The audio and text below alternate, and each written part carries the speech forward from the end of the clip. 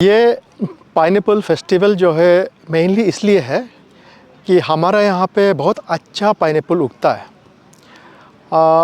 शायद दुनिया का किसी भी जगह पे जो उगता होगा ना, उससे हमारा ये ज़्यादा बढ़िया है बाय टेस्ट और ऑफ कोर्स लुक्स में भी।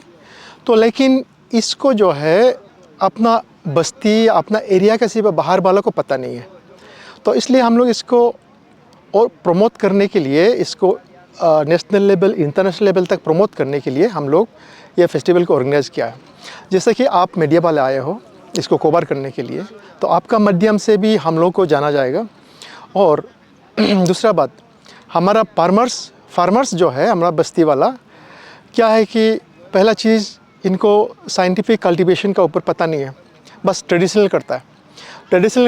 मैं शॉर्टकट में एक बता दूं, हम लोग का यहाँ पे पर हेक्टेयर में 25,000 लगाया जाता है आपका पाइनएप्पल सकर्स। लेकिन इसको साइंटिफिकली करेगा, डबल रो करेगा और हाई डेंसिटी प्लांटिंग होता है वो, जैसे कि 30 इंटू 60 इंटू 90 ऐसा करेगा तो हम लोग 43,000 से ज़्यादा हम लोग प्लांट कर सकते हैं पर हेक्टेयर।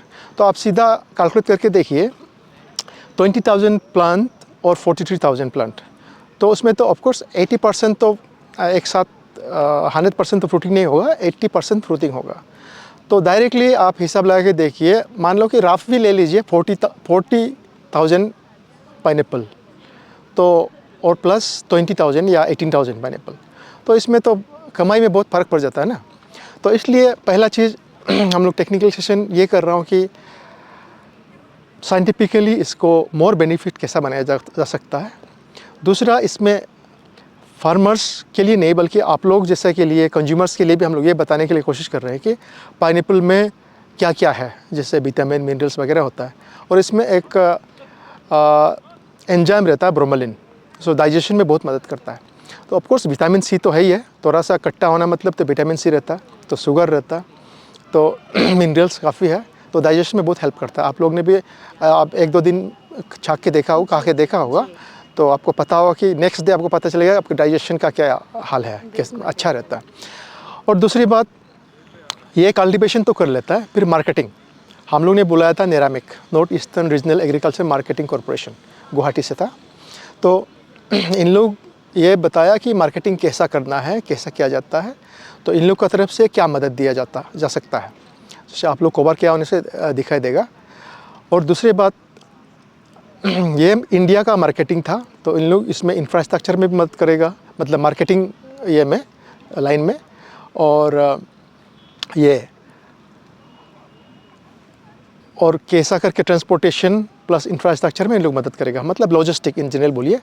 और दूसरा, हम लोग एपेडा को बुलाया था, agriculture process product export development agency, तो रीजनल ऑफिस गुवाहाटी से आया था।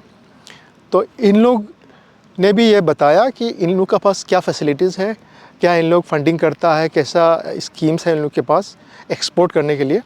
तो इन लोग ने भी बताया कि इन लोग का पैक हाउस का प्रोविज़न है, और इन लोग बायर सेलर समिट करता है, तो उसमें मान लो कि इंटरनेशनल बायर सेलर समिट होगा, तो हमारा फार्मर्स लोग जाएगा या जो कॉन्ट्रैक्टर जाएगा तो बात करेगा कौन सा कंट्री में कितना चाहिए, तो उस कंट्री का जो बायर्स होगा उसको उन लोग मिला देगा, ऐसा बोला है।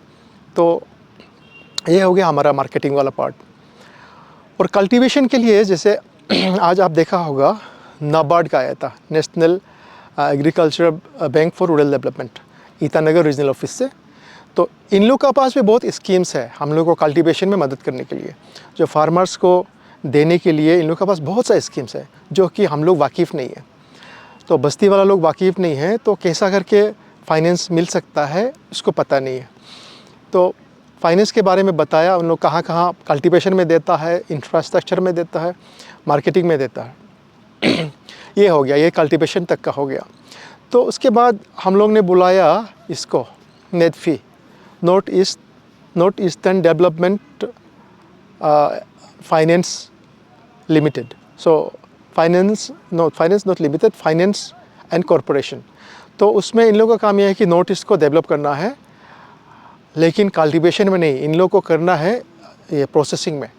इन लोग का इंडस्ट्रियल फैक्ट्री जो इस्टेब्लिश करना है, इसमें इन लोग मदद करेगा। इन लोग का जैसे स्मॉल फैक्ट्री है, मार्जिनल है, और ऐसा करके अलग अलग स्कीम्स इन लोग के पास भी।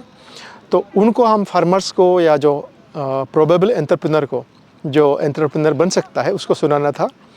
तो उन लोग भी बताया कि ऐसा ऐसा स्कीम्स है। तो असल में हमारा यहाँ बस्ती वाला अभी तक ये भी पता नहीं था कि ऐसा भी कोई कुछ होता है, कोई इंडस्ट्री लगाने के लिए फाइनेंस करने वाला होता है। तो इसको हम लोग फिर एक ये किया कि ICAR को बुलाया, Indian council of agricultural research. तो इन लोग कल आएंगे, कल जस्ट एक टेक्निकल सेशन में आएंगे। इन लोग बताएंगे पाइनएप्पल कैसा कल्टीवेशन वगैरह होता है। लेकिन इन लोग हम लोग को मदद कर रहा है KVK वेस्ट सियांग और ICAR अरुणाचल प्रदेश सेंटर बसार।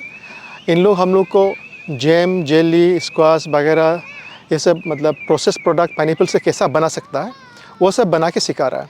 तो आप देखा होगा कि यहाँ पे एक दो स्टॉल, हाँ ये पीछे वाला स्टॉल भी, ये और ये इन लोग भी रखा है जैम, जेली, और यहाँ इन हैंड प्रैक्टिस करके भी कस्टमर को का नज़र में बना के भी खिला रहा है।